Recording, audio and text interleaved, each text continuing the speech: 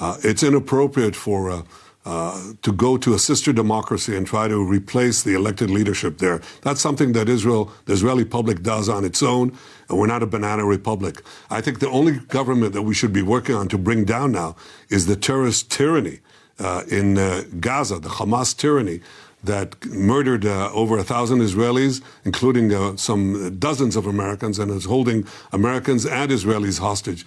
That's what we should be focused on. And as far as what Senator Schumer said, the majority of Israelis support our governments. Tara, your reaction to this?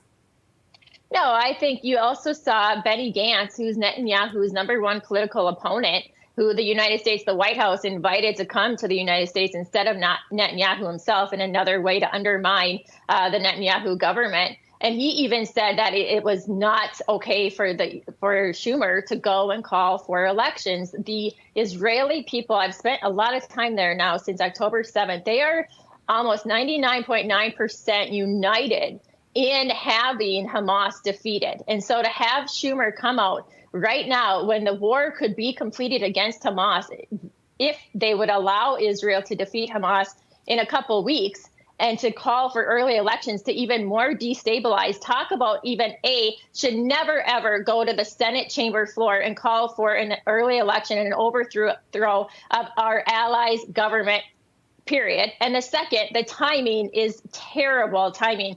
But it goes to show that the Biden administration is a continuation of the Obama administration, and they have already used taxpayer funds to try to overthrow Netanyahu back in 2015. So it's just a continuation of their own plans to be able to overthrow this government in Israel.